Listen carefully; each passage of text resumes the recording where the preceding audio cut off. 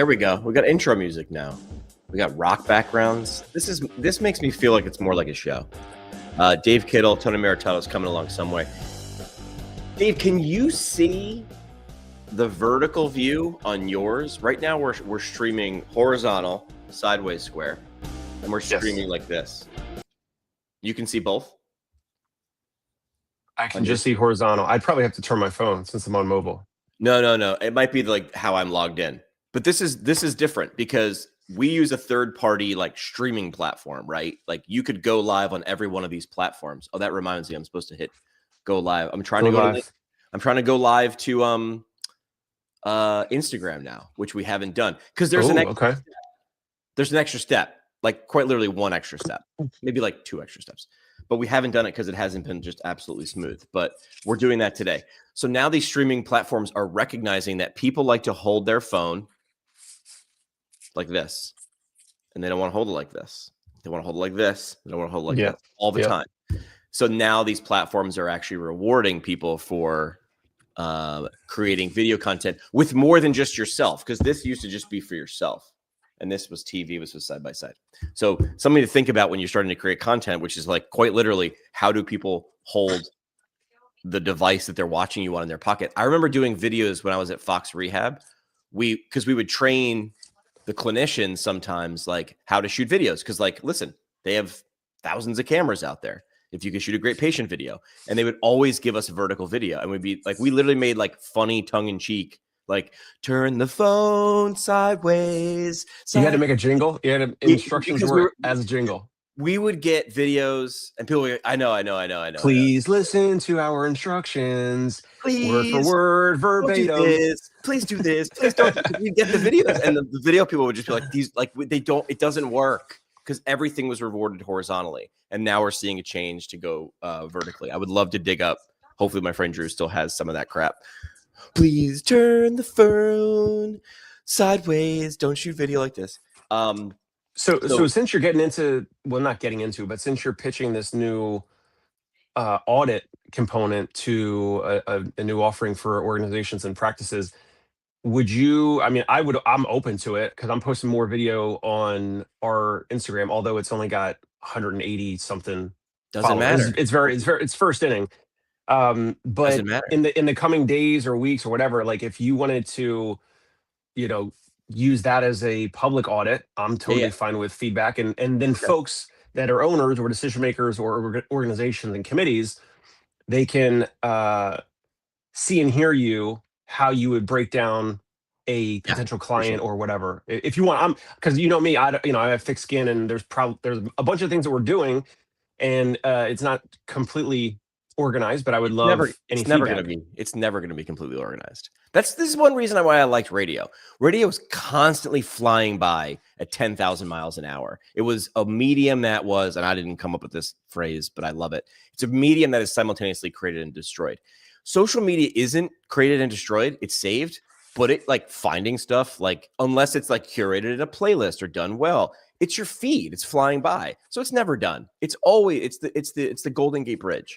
You are constantly painting from one side to the other, and when you're done there, you know the story of the Golden Gate Bridge, right? Because it's over the bay, they have to continually paint it, or else it'll rust.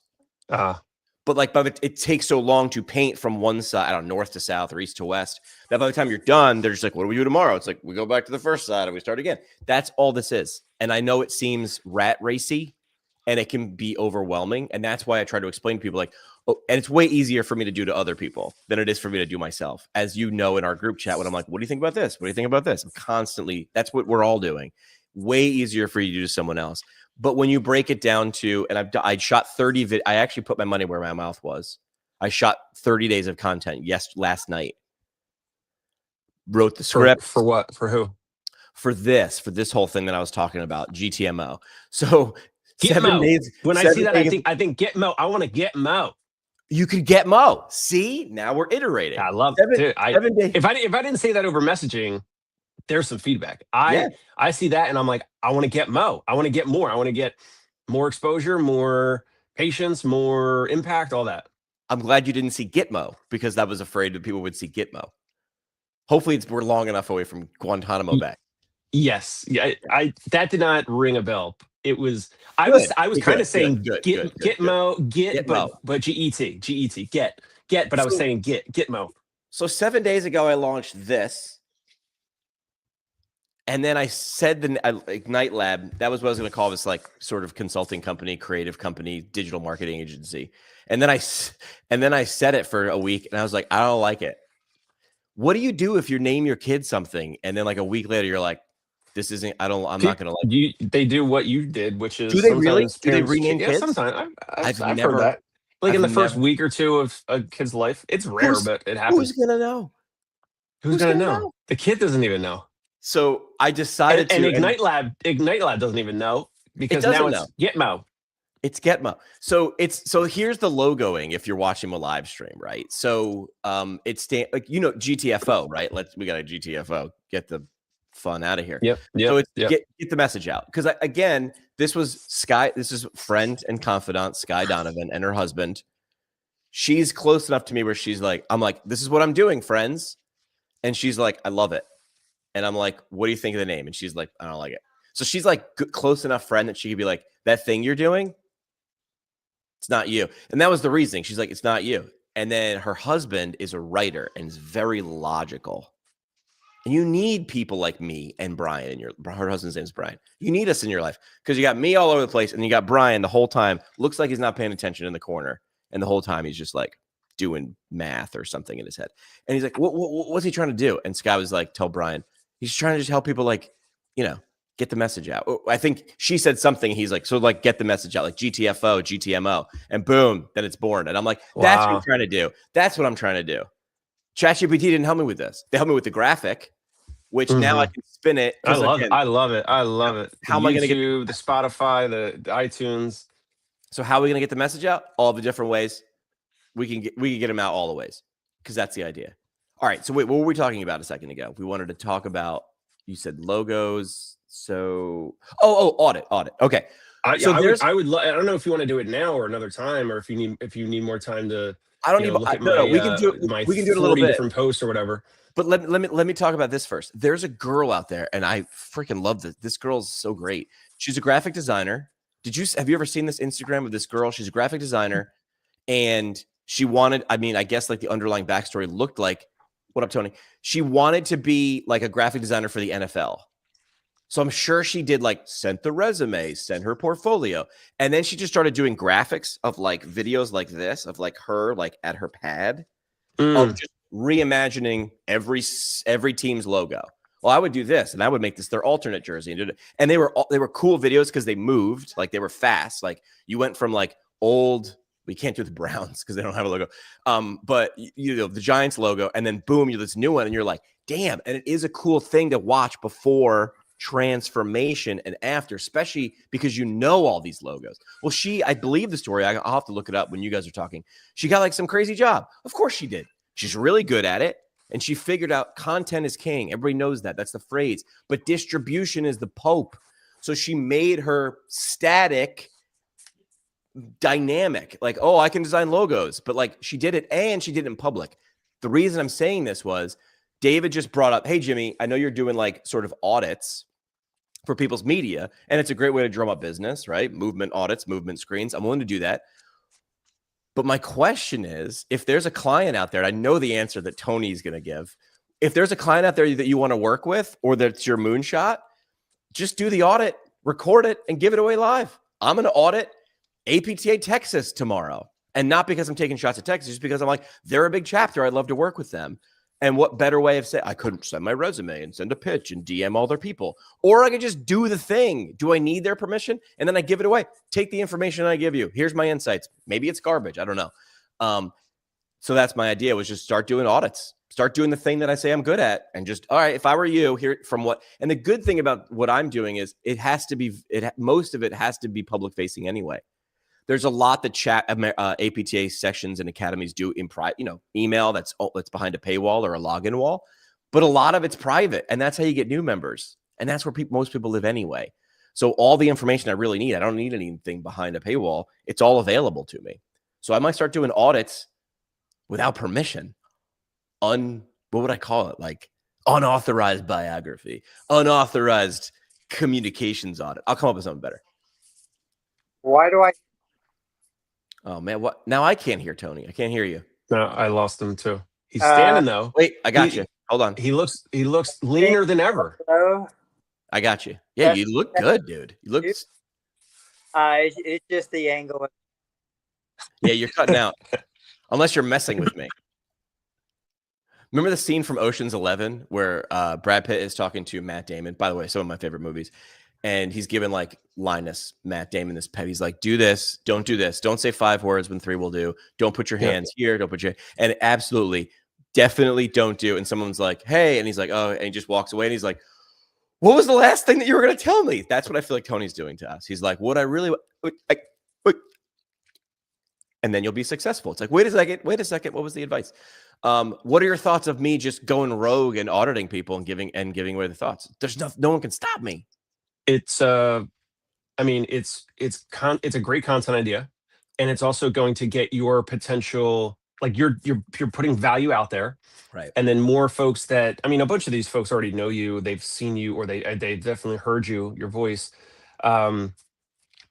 It's no different than Tony and I putting out patient facing videos, and then other patients in the future see those videos and they're like, oh, that's kind of like me, or I like the way that they're doing that or whatever, and let me contact them for either a telehealth call or an in-person evaluation or whatever they have to offer. So it makes a ton of sense for you to do it. It is literally a content idea for you to actually put out content that's actually valuable, that's interesting.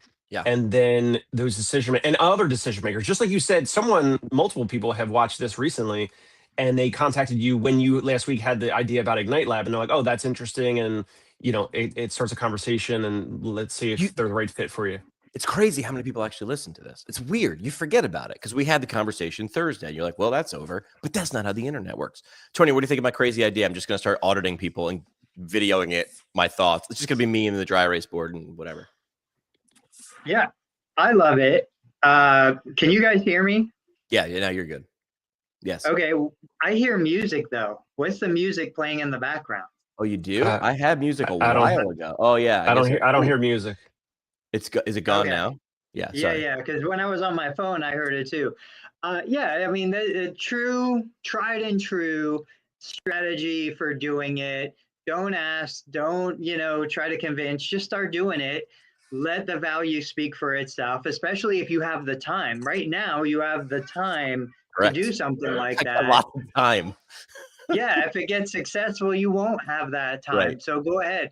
We even use a strategy like that in the clinic a lot of times. Patients can come in, they can come back. Like, I don't care if I don't get paid, just come in here. Let's start doing stuff. Let's get you feeling better. Then we'll figure out the payment later. I can do that because I have the capacity for something like that. Yeah. There's always value to be had. There's always value to be had, whether it be monetary or referrals or something. Okay, so that's what I'm doing. I'm doing a quick communications audit. What I'm doing is I just set up, I'll give away the formula for free. Talk to ChatGPT for about a half hour. I was like, what's going to be actionable? What's going to be digestible? What's going to be useful, even if the person takes it and does it without me? That's the kicker. They can do it without me. If they haven't done it already, they're not going to. Like, that's the magic, people. We could do this and figure out a plan of care, but I'm always going to be like, am I doing it right? Should I be doing this? Well, I'm different, but I don't even know how to explain it, right? So it's like, I see these things, you guys see these things, but people who don't make content and do these things don't see these things. They don't want to do this. My buddy loves lawn care. I love you. He's great. I could care less. I got a ride-on mower. I'll do it when I have to. But he's like, do you want to know how to put the lines in your lawn? And I'm like, does it take long? And he's like, kinda. And I was like, then no. I don't want to do that. But I love the fact that he does. So this is what, again, I think I told this last week, what inspired me to eventually, sometimes it's the 400th time someone has to tell you this. You guys have been telling me this for a million years. I watched someone mow my neighbor's lawn, and I'm like, I know he has a lawnmower. Why is he paying someone to do it? He's not paying someone to do it. He's paying someone so he doesn't have to do it. That's what I'm doing now. What I'm doing is not painting the ceiling of the Sistine Chapel. I'm not painting the Mona Lisa. I'm getting stuff done, and I am getting I'm trying to stretch until I get the logo. Getting the message out. Get Mo. Get Mo. Get Mo. Your jingle should be me saying, get Mo. Yeah. Like EA Sports, but shorter. Get Mo. Get Mo. I like it. I like it. How much do you want, Mo? Gotta go to Mo's. We could steal that. All right. Gotta go to Mo's. So what were we sharing? What did I download? Okay, so I had a LinkedIn post. We'll do this first just because it's top of mind, no other reason. I have a Peloton bike. I bought that when everybody else in the world was buying that during COVID. I still ride it, though. I knew I was going to ride it, so I knew it wasn't going to be a clothes hanger. And then I love Facebook Marketplace. It's a sport. I treat it like a sport. You can find anything there, or it's just fun to see what's there. And anyway, so I have Peloton Tread. Would not pay full price for a Peloton Tread. That's insane. They're like $4,000. Not happening. But anyway, I use them frequently now. And badges. We've talked about badges before. Here's some of Jimmy's badges. And nope, that's not a badge. Here's some of Jimmy's badges. You get badges for doing events. I'll upload it in a second, but you get badges for hitting milestones for a certain number of rides or runs or different exercise combinations and things like that.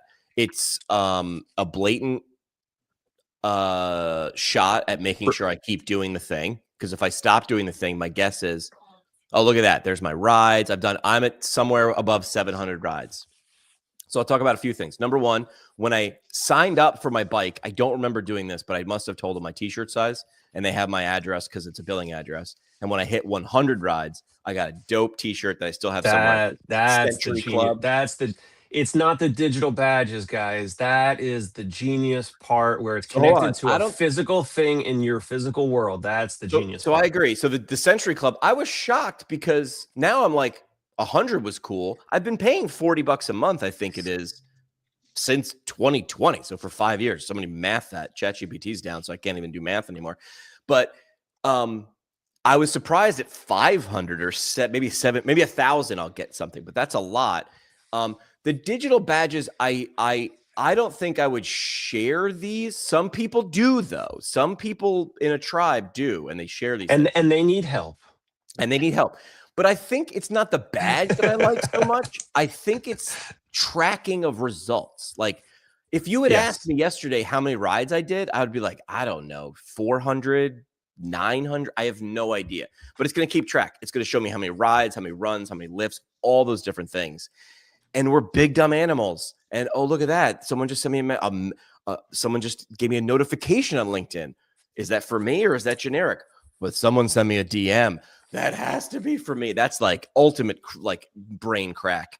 So I don't know. Like, badges were brought up a long time ago. We chased them. We put them on the wall in frames that they say degree or doctorate or master's. We do. Those are badges too. But I've never seen it in rehab. I'm not saying it's not done. In EMR feels like it'd be the layup place to do it because that's where it's the big black hole. So I threw this post out there. What are your thoughts? Dave doesn't want badges. He wants physical things. I don't disagree with you. I want to hear Tony, but I have more. Go ahead. Yeah, when I saw that, I started asking questions about EMRs. I mean, we know the science of motivation. We know the science of protecting the streak, keep it going. Like, for me, since January 1, 2025, I have not missed a single week of exceeding the requirements for my Facebook posts. And some weeks it's like 30 or 40 posts in a week to get the badge to complete the assignment. And I've done it every single week. There's no chance I'm going to stop and lose my streak of that. It's such an effective strategy, whether it be something virtual, something physical. It's across all settings. Like, everything we do, we need that motivation to keep us going. What do you think, Dave? So there's on the Apple Watch, there's like these random badges, like when I do workouts, and if I'm like walking fast or if I'm jogging, like my Apple Watch will automatically say like, hey, are you jogging right now? Do you want to record this jog? And I'm like, I guess, like I'm recording it on my Nike Plus app or whatever, but I guess I will secondarily record it through my Apple Watch and never look at it ever again. Yep. So, okay, well, let's record. And then Apple Watch or whatever ecosystem that iOS sends me these little badges. And if you put a gun to my head, I literally don't know what any of the badges, what are their names? There's like different colors and stuff. And that, for me, that does not keep me going, right? So maybe I'm different. Maybe I'm a different consumer. I have a different motivator. Tony mentioned motivation. the same type of thing with the digital badges that you're displaying, Jimmy. Like that will maybe help some people. Yeah. But it's the recognition. It's when you're in a Peloton class and the instructor is shouting you out verbally, that's not automated, and they're shouting out, hey, at PT Pinscast, PT Pincast. Oh, they do it all the time. James McKay, PT Pinscast, whatever that means. Congratulations on your 500th ride or whatever, right? That the recognition is kind of like the holy grail of business to light a fire or to continue the fire of that user, of that customer, patient, client, whatever. Yeah. Ben's comment. Ben says, his watch says, do you want me to call 911? Someone must be chasing you. He's so fast. but to Dave's point, I bet, Dave, you just get, even if it's not noticeable, you get a little dopamine hit when you do get some sort of notification. Like, I know Jimmy has shared it. I've shared it. vidIQ, when you pass so many, 100,000, 25,000, a million. Jimmy posts them on LinkedIn. You share it. It's like one of those things. And even at the lowest level, I know that there's a little dopamine hit that happens when you're like, I did this and most other people haven't done that. Yeah. I got up at 6 a.m. and most people are in bed until 8, like whatever it is, any of those little recognitions, I guarantee there's physiology happening in the brain that's making you more receptive to whatever that company then wants to sell you next or deliver or whatever. Yeah, I did. Shoot, what was I just going to say? Oh, I mean, just the rings, like a visual representation of how much I've moved, exercised, and stood. And it does. It makes me go, oh, you're kind of a pile of poo today, man. Like you're a little lazy. Maybe you want to see what the sky looks like today, bro. Like go outside. So I think it does something. Ben wants to know if we ever I don't know who is asking me, who you guys wear a shirt that says I'm kind of a big deal on the internet. No, but I would wear that shirt. So the badges for me felt like this. I'm looking up some badges that I had that I created before. Oh, this is what it was. This was when I had a Shopify store and I was doing like funny things. And I was like, what would the merit badges be if you were in PT school, but make them funny? So this one is failed a practical and survived. This one is got shocked during modalities. And like, if you look close, they look like they're stitched like in graphics. Asked the most questions during lecture. There was always that person who would not put their hand down, just like stop. Tested the wrong side. Who hasn't earned this merit badge? Right? Treated the wrong side. Vomited 3+ times during cadaver lab. Whoops, you earned that merit badge. And then I tried. My graphic designer at the time tried to get cutesy. Listened to every episode of the PT Pincast. Or this is the last one. Passed out during surgery observation. Like these are great. Like you buy one for. Did you really pass out? I was in the OR. It was actually, she wasn't my wife at the time. It was my wife's knee scope. They puncture for the first, like where the camera is going to go. I see this line of blood flowing down. I had to like put the head between the knees. I turned bright, like white. It was horrible. I didn't totally go down, but yeah, blood. Which is weird. Blood on multiple occasions has almost taken me out. The cadaver never bothered me until they wanted to slice the penis in half. Once we hit that, I had to step out. Like I could not handle that. I did not see that on the bingo card for today's episode. Well, I was in South Florida. There are a lot of angry women down there, man. They were slicing penises in half, and I had to step out to like collect myself. Wow, we just earned on iTunes or Nate. If you remix this to my episode, my show, Nate, please cut that part out. Cut that part out. We don't want to cut parts out, bro. Hold on. Ben's got a paragraph at ice. Yeah, Strava is a good example. Yeah. Let's get off the penis talk. Strava and a lot of biking apps are really good about giving you feedback and ranking. When I ride Peloton, I do the thing where I want to know who's here now. Because you can look at everybody historically, like 25,000 people have taken this ride. I want to see who I'm riding with now because I'm stupid. And even though I'm supposed to stay in zone 2, there's that guy who's the same age as me because you can see the age brackets, and he's 4 kilojoules ahead of me. And I'm like, not for long, brother. And so I blow up my entire workout to beat some guy that probably like does not know or care. Showing the patient progress to goals and streaks in comparison to others can likely help reinforce healthy behaviors, creating a group around them. Yeah, I don't disagree. I'm shocked that an EMR hasn't done this. This feels cute, but powerful. And it feels like simple. Even if it was like every time you logged in, if you were a PT and like Tony was my patient, I'd be like, hey, do you realize if you've done what you've told me, you've done 500 squats. And you're like, what? It's like, dude, the first 20 are horrible. And you're like, cool, 20, bro. But when you start to pile it on, you're like, 700 whatever rides. How come I keep showing? Yeah. Yes. Wow. 700 rides. And I'm like, I don't want to do the math because I've had the bike for a couple of years. I'm like, I don't know. Is that a lot? Like, or is it motivational the other way? Like, hey, that's great. Or, hey, you've had the bike for 5 years. 700 is not that much, lard ass. Why don't you start pedaling more? But I guess you decide. I don't know. If our goal is, if one of our biggest things is, and I hate using the term too, because I've heard enough people talk about patient compliance, but our goal is behavior change. That's really what this is. Why wouldn't we be taking and using all the tools at our disposal? This feels like a layup. So I think what it is, you've got EMRs that kind of run the show. Yes. And they've been so focused on, and I think they've done a good job on back-end operations, billing and collections and invoicing.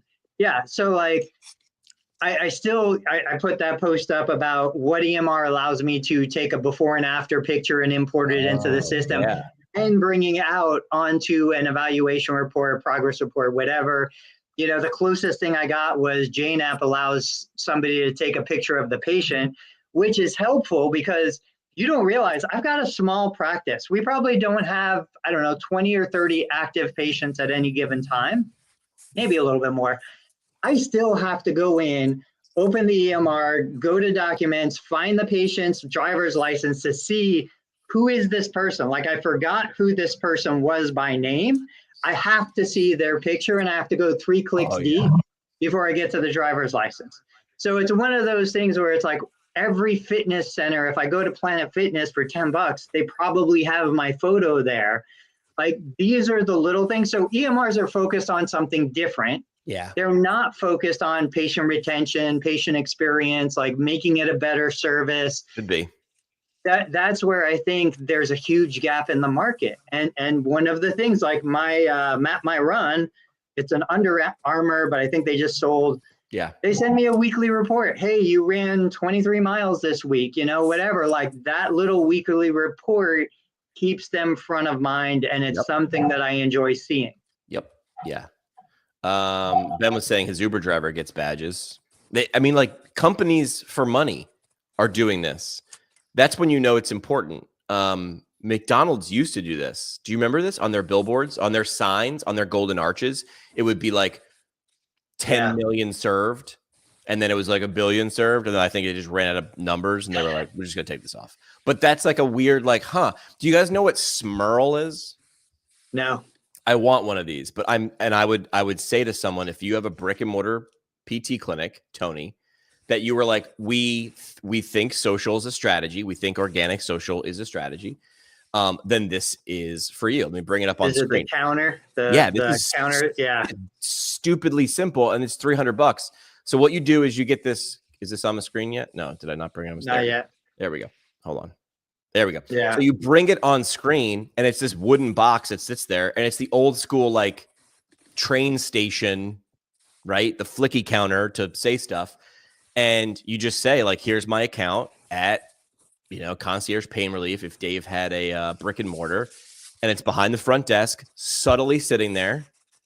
And you're kind of like, I kind of gotta know if it's going to do, is it going to do it right now? Or does it update at the end of the day? And you're like, try it out. Like never. That's what I would train my front desk staff. Never answer them. Just go try it out. Cause you could see someone like follow, unfollow, follow. That's what I would do. Unfollow, follow, unfollow, just to watch it go flick, flick, flick, flick.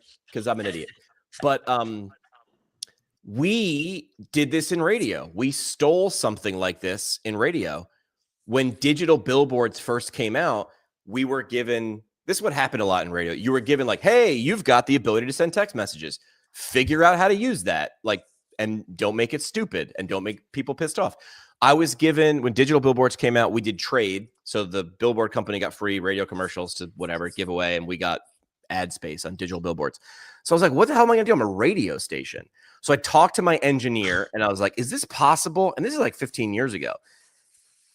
We had digital data that would go to your car radio to tell you what song was playing. And we just scroll. That digital information needed to be embedded. I was like, could we do that? And he goes, hang on. And he came back to the billboard people and they go, yes. So you'd be driving on Interstate 81 and it would be like 97.9X is playing Nickelback, How You Remind Me. And people are like, why is that cool? And I'm like, you gotta turn it on. Just say, is it right? Is it accurate? Does that work? Or is that just a random scrolling thing? Right? Or, hey, freaking love this song. Or I freaking hate that song. I don't know. But like, it's itchy. You know what I mean? You got to scratch that itch. So I feel I love what Ben said here. Or therapists, for example, 1,000 rotator cuff patients. Yeah. I mean, imagine accumulating for a therapist. We talk about burnout, we talk about motivation, we talk about all that stuff for therapists. Like, why aren't we applying these strategies for the staff? So, how many total degrees of range of motion have you increased over the lifetime of your career? Ooh. How many pounds of total weight have you had patients lift over the lifetime of your career? Like these things, of course, you go down how many units generated. But these are things that I think would potentially keep a therapist motivated. The Red Cross does this, although I don't think they do it well enough. I'm in the gallon. Donated. I'm in like the several gallon club or whatever. We did a promotion with the Red Cross. The Red Cross was like, everybody at the radio station had to pick a charity, and mine was the Red Cross for some reason. And we would do disaster relief, money, and then blood. And then we would partner with craft beer was really coming on the scene. So pint for a pint, to the point where the Red Cross had to be like, you have to put it like, you have to put a date. This is good 7 days later because freaking nitwits are donating blood and then running to the brewery. So we had to be like, this is good, but it's a week later. Like, well, and then we partnered with like ice cream, like local dairies that made ice cream, pint for a pint. It's just about spinning and making the invisible visible. And I think badges do that. I still think that idea of surprise and delight when I got that Century Club t-shirt, because by the way, it was about me on the front. There was no logo for Peloton except on the sleeve. And I was like, yep, I'm the hero. They're the guide. Ask me about my Century Club t-shirt, guys. Like, that's what I'm wearing this. So you ask me about it. But if we know people are big dumb animals, myself very much included, why aren't we doing more? I think, spoiler alert, we should be. All right. What do you guys want to talk about next? You want to talk about this cruise? Sure. All right. So Dave, this is your story or the thing that you shared. Do you remember what I'm talking about? Yeah, so this is a Parkinson's cruise. I know we talked about it before. We don't need to go too deep into it because we had mentioned different types of events. It could be cruises. It could be kind of like condition specific. I saw this on, I don't know, I think I was targeted on Facebook or something. I don't know if it was, I don't think it was an ad, but I don't know, maybe some other therapist was sharing it. I'm not really sure. But the pricing is very transparent. Yep. And what you're highlighting is kind of like the things that they get. And, it's just some of the, maybe it's not formal physical therapy. It might be wellness. It might be, whatever like version of like boxing or, rock steady boxing or, whatever type of movements and all that. But it does post the pricing as the cheapest is if you have a room on the cruise that's like on the inner part, so meaning like no windows, $24 or some windows, and that's for better view. Divide that by 2 because that's for 2 people. It's saying so that's it's $1,200 a pop. So it's not bad. And then of course it's a little more expensive. It's like 2x or something for like a veranda, which is a little bit more of an upsell or another offer. But I love the different pricing. I love that they're mixing in wellness and some other options for folks that are living with Parkinson's. And like you said, the spouse can come if they have a spouse, assuming they still have a spouse. And if not, maybe there's some, maybe it's half or maybe some discounted price or something if you were coming solo. But I think it's genius. We talked about it before, but here's the thing is like, other companies, other people are doing this stuff. Like this literally could be, I don't know how much. Yeah, exactly. I don't know how much money and organization, all that, like a physical therapy practice would need to have. Like maybe you could pull multiple physical therapy practices together that are colleagues and, do this type of an offer. But yeah, I mean, I just thought it was interesting. It caught my eye. I wanted to share it with you guys and see if you have any thoughts. So cruise lines, I didn't know about this, but when I was in radio, it helped me come into a lot of other industries. When you're, there's a lot of cruise lines that people, like someone just owns a ship and they've got a boat out. It's like owning a limo. It's like, it's really cool, except if you have no one to drive around, it's just a big annoying thing. So Coors Light or Bud Light, they would rent out like this cruise ship company. Like they weren't huge, like Viking or whatever. And they'd be like, okay, Bud Light would rent out these cruise ships for like 3 days. And then they'd go around to all the radio stations they bought ads with nationally and do a month-long contest, getting a month of attention on every one of these radio stations to win your way on the Dave Matthews Cruise to Nowhere, whatever. And it literally would be like you'd get on in Florida and you'd cruise to some island, private island, I don't know, where there'd be like a band. So like that wouldn't make sense if you were doing it in one market, but they would do it nationally. What I'm getting at is cruise ships are for rent and you can sit down and do the math. So if you were like APTA Neuro, could you imagine? How would you fund your cruise? It's like, well, number one, get all your members or get a lot of members to come. You're going to fill the other half of the boat or 80% of the boat with people who need your help. So each of you is going to teach 2 classes a week or whatever. And then while you're on the boat, teach CEUs. So by the time you get off the boat, your cruise is free or the section made money. You learned something because you brought CEU instructors at night and you taught a few classes because you're kidding me. A neuro PT is going to be on a cruise with a bunch of people with Parkinson's disease and not want to teach a class. You'd have to keep that person. You'd have to cage that person. You would not have to ask that person twice to teach a class or to do something. And how great. Now all the other neuro PTs are watching what this person's doing and watch what, oh, I see. Oh, cool. My class is on Thursday. And I'm telling you, look at the prices for $2,000 a cabin. Dude. And if you want to be sneaky, when the CEUs are on the boat, now you can use your CEU budget from your hospital job or whatever job, and you just got to cruise out of it. What? Did we just invent a scam that's actually not a scam? It's a good scam? I think we did. You're welcome. I'll send you your invoice. Feels like a win. It does. It's a no-brainer, especially for people who love cruises. We did a bunch of cruises before we had kids. We'll do cruises again in the future. It was awesome. Just don't do a cruise for vestibular patients. Bad idea. Hey, man, way to rain on my good idea. But yes, I think Helena, Esmond, and Patrick would be like, yeah, cruise might not be. Let's do it we'll do it on the salt flats. Very flat, very stable. Or maybe it's the perfect demographic. Maybe it's the best idea. I don't know. Habituate them to movement and the water. Yeah, I don't know. Maybe I don't know. We might. Everybody has the goggles on and you can assess them while they're on the cruise. Like, have you guys seen those nightclubs with the headphones where nobody? The silent disco? Yeah. I've been to one of those. It's odd. But then you forget and you're just sort of in the moment. Oh, one thing I wanted to talk about just real quick. So there's a company called Cvent. Essentially, it's like the HubSpot of like event stuff. Like check-in, anything you need for like an event, they are the Cadillac of. I went to an event and I had a big QR code on my I hate wearing the lanyards with your thing around your neck, but you're supposed to wear them whenever you go to conferences. Huge QR code on both sides. As you walked into the conference, there was, of course, like the balloon arch or welcome to whatever con. And you didn't know it, but your QR code was just being scanned from 100 different directions. So when I hit the balloon arch, the screens were like, welcome, Jimmy. Glad to see you. My picture popped up. You're telling me now we can't just do that with facial recognition? Bullshit. If you walked into your clinic, that person's information is already on file. You don't think that person, what's your name again? No. 3 years from now, that's not going to be a thing, right? Like you're just going to scan someone's face, correct? 2 years from now. All right. Yeah. So let's talk about Coney. You had a post that I believe I commented, spicy.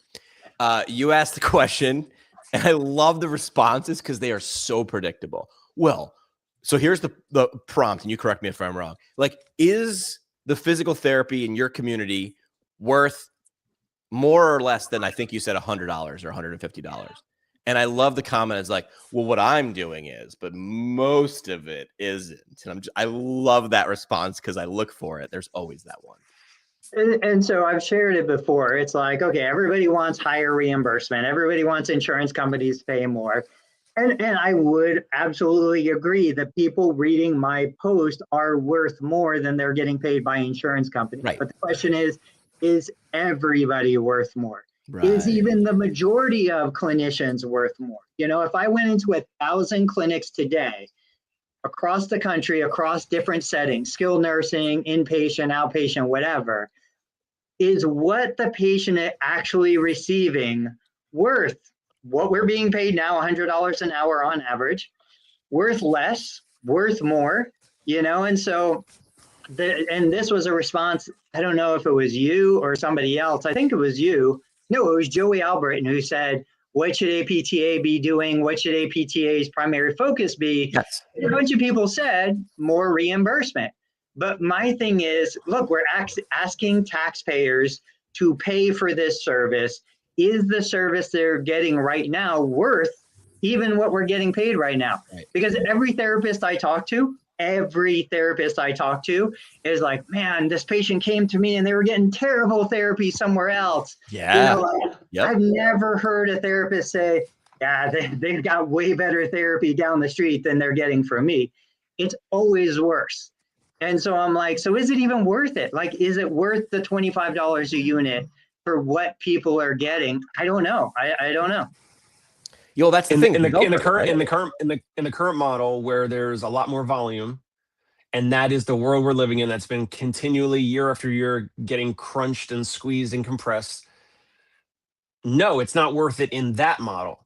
But that's how therapists were trained. That's when therapists, myself, I'll talk about myself. When I shadowed at one of the NovaCare locations in South Philadelphia when I was in school, and there was a potential job there at this, not the NovaCare complex where the Eagles practice, but there's an outpatient office nearby. And I shadowed, and I was like, oh my God, no way. This is insane. Like, too many patients per hour for each therapist. It was crazy. It was like a long rectangle.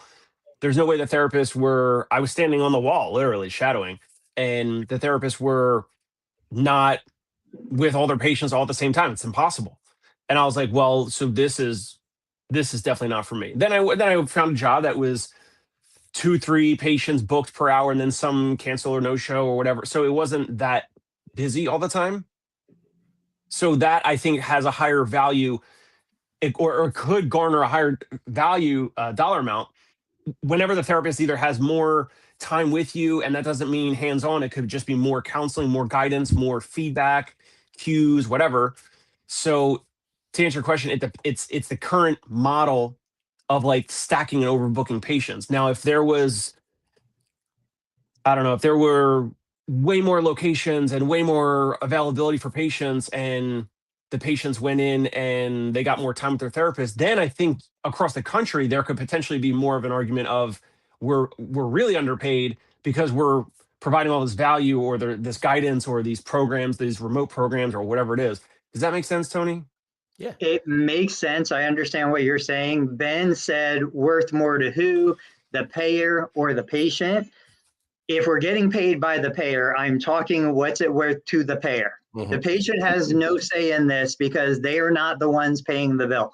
They can go to the payer. They paid the payer to pay the bill. They can battle with the payer. In this scenario, I'm saying what I am delivering is what's it worth to the payer. To Dave's point, though, you know, we got to be careful about putting together time with the therapist and value or worth. You know, when we were in PT school, we had 20, 30 kids in a class. We were paying $100,000, $150,000. We weren't getting one-on-one tutoring. We weren't getting dedicated hours with a professor. Like, but we all got licensed. You know, we all got the outcome that we were paying for. What were you going to say? I know it's a little bit of a sticky situation when we're talking about exchanging time for value with patients. But how come a lot of schools across the country advertise that they have, or even universities, when they have smaller class sizes, meaning there's, one teacher for every 15 students or one teacher for every 25 students? Charter schools, universities, high schools, and Tony, you know this better than I do because you have kids in school. A lot of them will advertise the class sizes. Why is that? I'm special. There's a perception that a smaller class size means more education, better outcome. So, but in general, wouldn't there be more attention on your particular son or your twins or one of your kids if they, on average, grew up in a class size of 15 students compared to 30? Wouldn't they get more time with the teacher? Wouldn't they get more accountability? Wouldn't they get more feedback? Wouldn't they get more instruction, a little bit more one-on-one time, all that potentially over the years? 100%. Here's the thing. There's public school paid by tax dollars. There's private school, typically more expensive, paid by consumers who value that, who want that. So it's just like this. Like Medicare is public school. What you do is private school. If I want a better experience, if I want a better educator, if I want to connect and more time, I'm going to pay for it. But if what I get in public school is good enough and I'm already paying my taxes and I feel like that's a value exchange that I'm comfortable with, I'm just going to put my kids in public school. Yeah. But we have the choice to do either or. My kids go to private school. One kid goes to public school. Public school was a better fit for him based on what he wanted to do. So, there is no simple answer, but 100%. One-on-one, more expensive. Groups, less expensive. Yep. Payers pay less. Yeah. Clients pay more. If you're going to go backstage at a concert to meet the band, it's different than if you're one of 30,000 people in the audience. Like there's a different experience. Ben's got a great comment here. It's probably worth another session. He's right. The value of PT can't be measured against PT. You have to measure it against the alternative if unchecked. I think I know what he's talking about. This is what I've said to going back to our first conversation, which is like, I'm explaining to APTA sections, academies, and state chapters, your competition is not other academies and sections. Your competition is Netflix, MedBridge, physicaltherapy.com, every other thing that can take attention that is delivering what you say you're doing. And if you're not, I'm just going to go somewhere else. So I think what Ben is saying is like, you can't value the PT isn't measured against other PT as much as it may or may not be. It has to be measured against the alternative.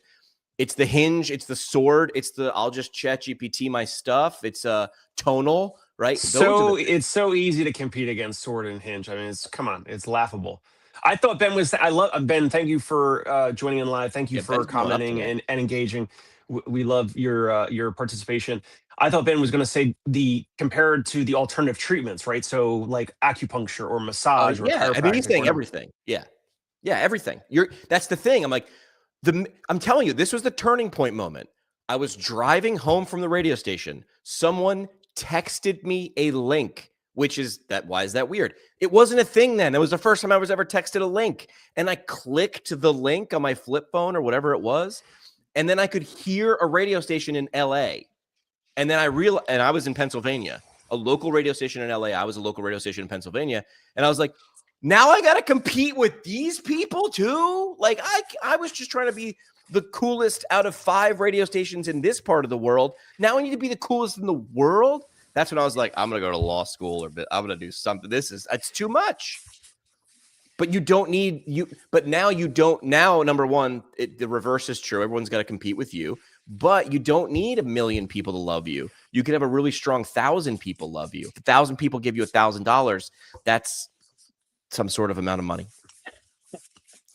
David said, first thing potential patients do is they look on YouTube for self-care. Sure.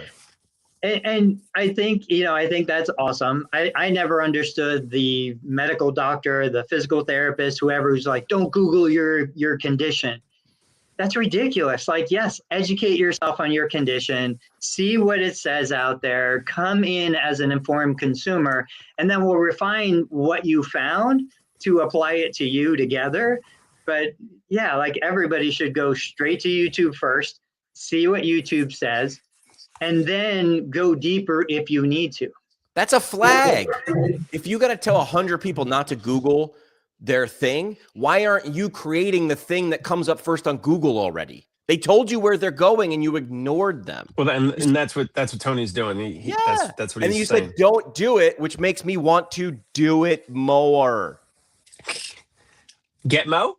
Get Mo. Do Mo? You trying to do Mo? Get Mo? I need to have a button where this just get Mo. Get Mo. Get Mo purple. Get Mo green. Get Mo Instagram me. Really quick. All right, go ahead. Go ahead. No, because I was going to take us off topic. Okay, real quick. Ben was just saying, it is the quote, I went to urgent care for a mild ankle sprain. And it's the quote, I went to the ortho for a mild ankle sprain and got an injection and an MRI. Yeah, like you go to the ortho, you if your only tool is a hammer, everything's a nail. You go to the ortho, you're going to get it all. You go to urgent care, you're going to get the minimum. You go on YouTube, you're going to see what somebody else said. You call a PT. Like even between Dave and I guarantee if the same person called Dave, the same person called me, same condition, I'm going to be like, probably no big deal. Give it a couple weeks. You'll probably be fine. You call Dave, he's going to come up with more in-depth analysis and solutions and information and what he can do. And I might ask, what's your credit card number? The difference is I'm not looking. I'm kidding. Right. So to me, it's just like, let nature take its course. But what Dave sells is I'll be there in 10 minutes or I'll be there tomorrow so I can tell you because that's what you want. You want to know. Like if you want certainty, it's not every consumer. Right. I mean, shoot, I remember when I was swim coaching during PT school, like for like a kid's swim team. And like, I didn't understand this until someone had to nudge me.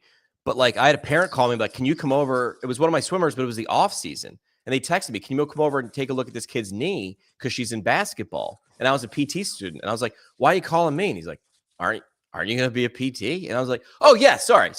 Yeah, got it. And then came over an assessment. And I was like, no, I think she's good and whatever. And he's like, all right. And then he just handed me a bunch of money. And it was probably illegal or whatever. I don't know. But I was like, why'd you pay me? And he was like, because I just wanted to know if she should play or not tomorrow. And I was like, oh yeah, this is what I'm going to school for. Like, you're going to do this. But it wasn't like that. Because I was like, I don't work at a clinic, therefore I can't see you. And they were like, we just want, more than us. Not infinitely more. You're not the smartest guy on the planet. You're the smartest guy in my phone, though. So I want you to look at it. Because I don't know how to YouTube that and assess. But apparently you went to a few classes, so you will. And that was the moment I was like, well, yeah, this is valuable. Like, yeah, Ben said, hurt versus injured. Can she go or not? And I was like, cleared for launch, Chief. He's like, great, here's $50. Go buy yourself something nice. Dave, where'd you want to take the combo? Let's go. Yeah, really quick. I sent a screenshot back from 2018 in the chat. Oh, yeah, I've got it. This was from Fiverr. I'm going back on Fiverr because I'm trying to get vector art for my logo so that I can use it for signs and printing and all that. This is May 27th of 2018. This designer was trying to sell me a logo for $35 or a premium package of $80. And then I said, and I don't know, it says Angela and then it says Nafisa. I don't know. I guess they changed their name on Fiverr. But I said, Anthony Maritato mentioned that he paid $6 for his logos. However, I definitely want something professional, not cheap. So what's the difference between your basic and standard packages? I just wanted to give a shout out to Tony because he's been helping me. He's been helping out other therapists for years. And this was when I was trying to get my Concierge Pain Relief logo printed for the first time. And I always forget like when I started my practice. Like I don't remember exactly when. Was it 18? But it was 2018. So around that time, I had already registered conciergepainrelief.com. And this is when I was looking for help to get a logo. So you gotta love word of mouth referrals. And then when they try to sell you something way more than what the person, Tony in this case, spent, I'm like, man, I'm just trying to get that $6 logo that Tony Maritato got, man. Come on now. Man, a $6 logo. Hey, ask Tony that he's here. What? Was it? At that time, I was buying so many logos for random projects. I was throwing spaghetti at the wall to see what sticks. Like, I have no idea. It didn't matter. There was no Canva. Probably, right? There was no Canva then. Yeah, no, Canva was around. Canva was around. I didn't want to put the mental energy into thinking of a design. I just give me something to put up there because it does not matter. You just launch. Correct. That's what I did. And even if you launch and then you say the name, I don't know if you heard me, Tony. I launched with Ignite Lab Media, and I was like, I love it. I'm like, Ignite, I'm going to set a fire. Look how deep I am. And then I said the name for a week, and I was like, I don't like it.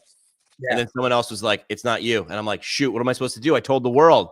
And then I was like, what would I tell someone else? So I was change the name and just get Mo. Sorry, I'm just going to yell it out every once in a while.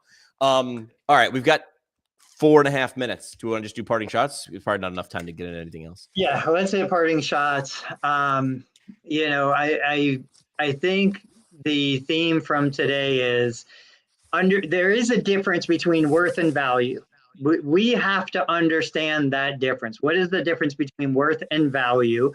Something can be worth an infinite amount of money, but the value of it to a purchaser can be very low. So this goes back to, look, real quick, the Starbucks, the strike that's going on with Starbucks right now, the craziness from the New York future mayor of coming out against the Starbucks Corporation is blowing my mind. But with that being said, is Starbucks paying for the job that needs to be done, or is Starbucks paying for the human who is doing the job? We're paying for the job. The job is sweeping the floors and making coffee. That's what I'm going to pay for. If you don't want to do the job, so go get another job. I will find somebody else who will do that job. The job is not worth $40 an hour. It's value and worth. Look up the definition and understand the difference between those two words. Well, this was someone else too, and I sort of poked the bear. They're like, we should as a profession strike. And I'm like, well, good luck getting 5 people. Good luck getting 3 people to show up on a live stream at the exact same time every week. That's hard. You're going to tell me you're going to organize a nationwide strike with a bunch of people who are not organized at all. And also, who's going to care? Patients are going to care. PTs are going to care because they're not going to get paid. You think the insurance company is going to really care? They're like, hey, great, sweet, saving $1 billion a day, not paying on these things. Like, you know, so this is worth, value, and cost. Cost is what I say it's worth. Value is what you're sitting there and you got the money. And I'm trying to make sure I don't want to undervalue, but if I overvalue it, I get $0. Dave? Tony for president. Tony for president. Yeah, no, I'll just double click on Tony. I like the worth versus value. Always something that's, I think for me, evolving and trying to keep an open mind with some of the feedback of like, here's what I perceive, here's what I believe, and then I throw it out to you guys, I throw it out to others. So for me, that's always, I don't want to say it's ever changing, but maybe more evolving as we grow and expand as a practice and a business. All right, guys, come back and see us. My parting shot will be, sometimes you need to hear something 4,000 times before you take action. Hear it 4,000 times before you take action.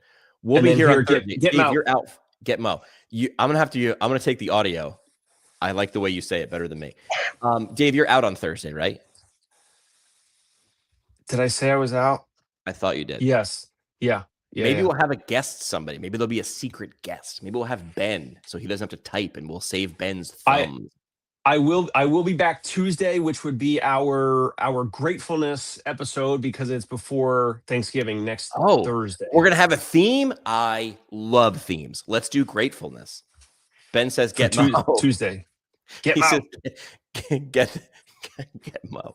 All right, we'll be back on Thursday. Maybe we'll have a secret guest. Who the heck knows? We'll see you guys. Follow us all the places. Let's record an outro that just says where all of our places are, and then we never need to remember and stumble over as we're just trying to end a show. That'll be the next thing we do.